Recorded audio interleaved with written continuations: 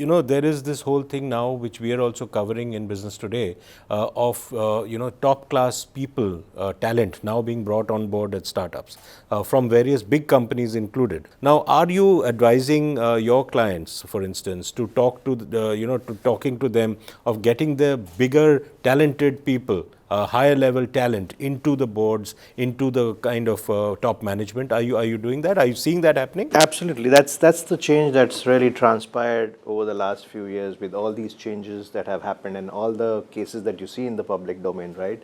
That's triggered a change to kind of get more talent on the table, right? Which includes primarily getting CFOs or CXO level professional people, as well as an independent board, to actually relook at the entire process of getting investment into a startup, right? The entire process has changed, right? From getting into an enhanced due diligence to a financial review to a technology.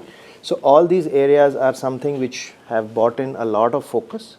So therefore, startups and organizations who look to be the future organizations of the world today are investing in people across these domains.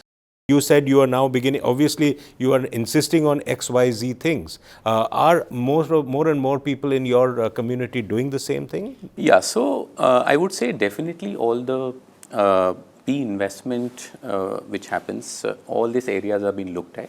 But in last 2 years, even at a sort of a VC funding which happens in a startup to a sort of a growing company, all these aspects are very closely looked at because the focus has shifted from the top line to EBITDA, making it faster, positive, conserving the cash. So all these areas actually becomes very important. So now there is, in fact, there is a focus of, I would say, right person, right job, bottom line, cash reserves. How are you ensuring that you have adequate cash? Are you having any distinctiveness in your business? How you are ensuring that so that you can grow?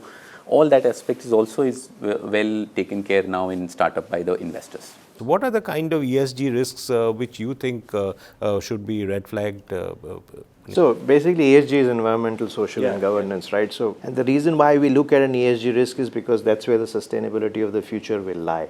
And that's where the organization of the future will be evaluated as well. But with the E and the S, there's also a G component, which is the governance part of it, which will in the future play a major role in terms of getting things aligned and making sure that the organizations are fit for future. The data being the new oil, data needs to be protected. Privacy is a huge element which is across the board a concern. Cybersecurity risks are being flagged by many of your surveys as one of the key areas. How are you telling startups and your clients to be aware of this risk? So it's been a very simple process, right? Each startup is so focused on the growth aspect that they just need more and more data to come in. That's right. Basis that data, they kind of put in more artificial intelligence and routines to kind of get to the output that they're desiring. But at this moment, they're just going with the basic requirement of getting a tick in the box from an audit perspective to say, am I complying with the basics? But I think cybersecurity plays an important role because if you don't control that data today, you will probably lose the competitive advantage going forward. What is your sense, Kalpesh? Yeah, I think cybersecurity is a very key risk there as part of our diligence process. If we perceive that the company has a real risk of data, we would get a sort of a audit done on that. We would look at what audits have happened in past on that cybersecurity of the company. We feel that there are areas which needs to be taken care again by the company. We would again make sure that becomes as a condition for us in our investment process.